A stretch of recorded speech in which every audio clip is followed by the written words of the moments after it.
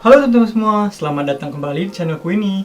Sebelumnya aku ingin berterima kasih dulu bagi teman-teman semua yang udah mampir ke channel ini. Aku berharap dengan ada channel ini bisa membantu kita semua untuk lebih sadar akan pentingnya financial literacy dan pentingnya berinvestasi. Semoga video ini bermanfaat, please enjoy the video. Nah teman-teman, pada hari ini kita akan membahas mengenai topik apa sih? Pada hari ini aku ingin membahas tentang topik manajemen keuangan dengan menggunakan teknik 50-30-20. Nah teman-teman, setiap orang pasti memiliki pengelolaan keuangannya masing-masing.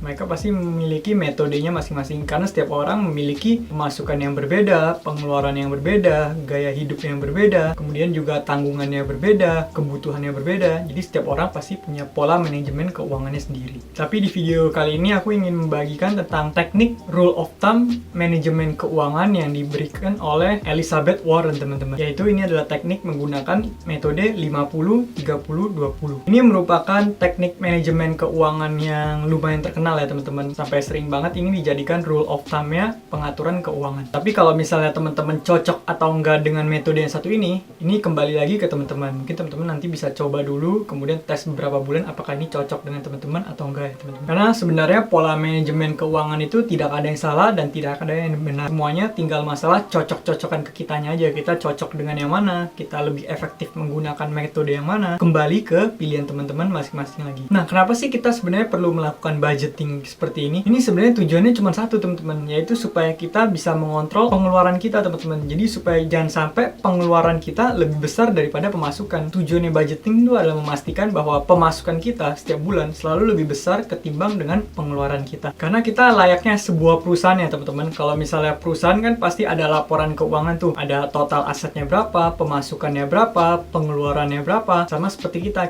perorangan juga harus memiliki laporan keuangan. Kita harus tahu aset kita berapa, pemasukan kita berapa, pengeluaran kita berapa, terus setiap saat aset kita bertambah, bertumbuh seberapa banyak, itu semua kita perlu tahu ya teman-teman. Itulah kenapa kita perlu melakukan yang namanya budgeting ini. Jangan sampai kita seperti orang yang, misalnya teman-teman kan pasti pernah dengar kan, di luar sana ada tuh misalnya orang yang kalau misalnya lagi tanggal tua mereka nggak gitu ada uang. Sebenarnya bukan karena mereka nggak ada uang teman-teman, tapi mungkin pola manajemen keuangannya aja yang salah. Kalau misalnya mereka udah budgeting, di awal mereka udah tahu penghasilannya berapa, kemudian mereka udah tahu nih setiap hari mereka boleh mengeluarkan berapa untuk pengeluaran mereka, itu pasti mereka nggak akan kesulitan di akhir bulan ya teman-teman. Pasti setiap hari mereka ada dananya teman-teman. Contoh simpelnya nih, kalau misalnya ada orang yang udah budgeting nih, expense dia di angka 3 juta, berarti dalam satu hari, setiap harinya pasti mengeluarkan 100.000 rupiah batasnya kan teman-teman. Kalau misalnya dia udah batasin sehari boleh keluarnya cuma 100.000, pasti mau tanggal muda atau itu tanggal tua, tanggal 30, tanggal 31, tanggal 25, pasti mereka tetap nggak akan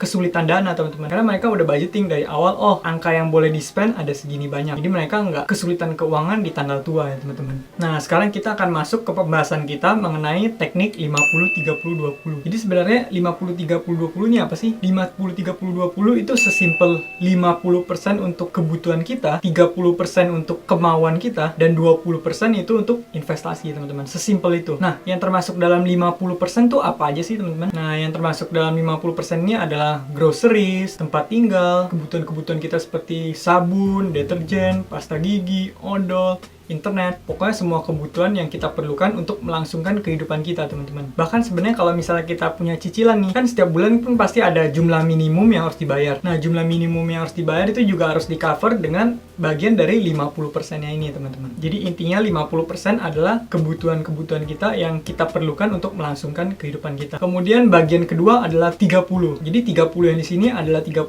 berupa wants atau kemauan. Jadi menurut metode 50-30-20 ini 30-nya boleh kita spend untuk apapun yang kita mau teman-teman. Seperti mungkin kita suka akan sesuatu, kita koleksi akan sesuatu, atau misalnya kita mau ganti HP nih, padahal HP-nya yang lama masih bisa tapi mau ganti HP, itu kan masuknya wants ya teman-teman, bukan need. Kemudian membeli sesuatu yang kita sukai, membeli barang yang kita hobi, atau misalnya kita emang hobinya makan-makan cantik, minum-minum cantik, ngafe, ngopi, terus juga misalnya kita beli koleksi, atau misalnya kita jalan-jalan, atau misalnya kita entertainment, atau membeli barang apapun yang untuk reward diri kita sendiri atau kemauan kita. Jadi ini masuk ke dalam 30%-nya. Dan yang terakhirnya ada 20%-nya teman-teman, yaitu masuk ke porsi investasi. Ini udah sering kita bahas banget di berbagai macam video yang ada di channel ini ya teman-teman, yaitu investasi.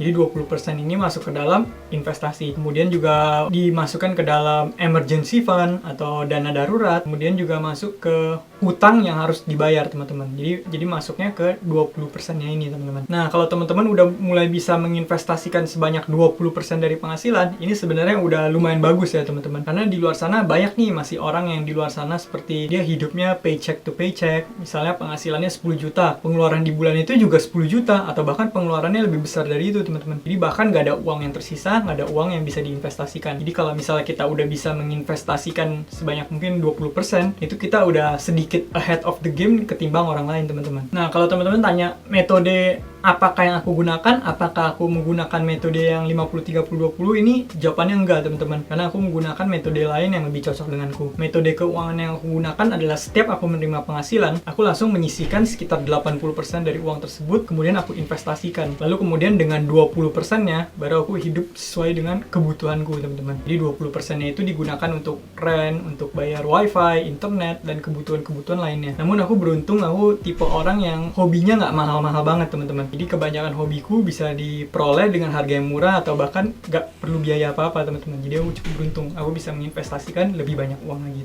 Tapi kalau misalnya ada teman-teman yang bertanya nih, waduh gajiku cuma ada 2 juta, kemudian 50% buat kebutuhan, gimana bisa aku cuma hidup dengan 1 juta? Nah, kalau misalnya emang angkanya nggak masuk teman-teman, mungkin kita harus melakukan metode lain, entah itu kita meningkatkan penghasilan kita atau kita emang cut back di pengeluaran kita. Tapi kalau misalnya budgetnya udah terlalu kecil sampai kita mau potong biaya pun nggak bisa, mau nggak mau kita harus meningkatkan penghasilan kita ya teman-teman. Dan emang meningkatkan penghasilan adalah cara yang lebih baik, cuman tentunya cara ini pastinya lebih susah dilakukan ya teman-teman. Nah, gimana cara meningkatkan penghasilan kita? Itu bisa dengan kita mengambil pekerjaan kedua, atau misalnya kita freelance, kita jual jasa kita memiliki kemampuan apa, kita jual freelance, atau kita mau coba berjualan di luar jam kerja kita, atau bisa juga di karir kita berusaha untuk supaya kita meningkatkan karir kita teman-teman. Entah itu nanti kita suatu saat kita mendapatkan jabatan atau kita mendapatkan tanggung jawab lebih, itu kita pasti lebih berharga di mata company sehingga kita bisa menghasilkan lebih banyak uang atau kita bisa digaji lebih tinggi lagi ya teman-teman. Jadi alangkah baiknya kalau emang kita bisa melakukan yang namanya meningkatkan penghasilan ini. Kalau aku pribadi, metode yang aku gunakan adalah dulu aku bekerja di 2 perusahaan teman-teman. Jadi jam 9 sampai jam 6 sore aku bekerja di perusahaan pertama, kemudian dari jam 5 sampai 6 istirahat, jam 7 sampai jam 10 atau jam 9 kadang aku bekerja di perusahaan kedua teman-teman. Jadi dengan aku bekerja di 2 perusahaan, otomatis aku bisa menghasilkan lebih banyak uang, kemudian aku hidup super duper irit sehingga aku bisa menginvestasikan sebagian besar dari uang tersebut teman-teman. Tapi disclaimer juga ya teman-teman, bahwa aku bukanlah seorang konsultan keuangan, jadi semua saran-saran atau tips investasi yang aku berikan ini jangan teman-teman langsung telan mentah-mentah. Teman-teman harus melakukan analisa dulu, teman-teman kemudian cocokkan dengan diri sendiri. Jadi teman-teman anggap aja ini sebagai masukan ya teman-teman, jangan langsung ditelan mentah-mentah. Nah, jadi semua opiniku belum tentu 100%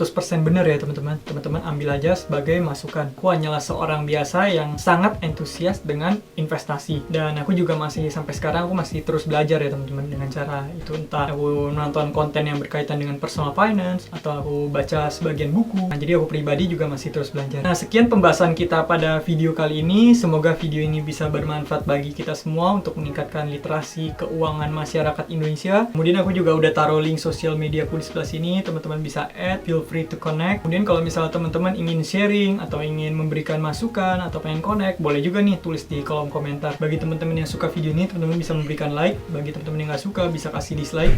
Kemudian teman-teman juga boleh share video ini ke teman-teman kalian supaya lebih banyak orang yang bisa terbantu dengan adanya video ini. Terima kasih semuanya, sampai jumpa di video berikutnya. Bye. Kami mohon bantuan teman-teman untuk subscribe dan like video ini agar bisa menjangkau lebih banyak orang lagi.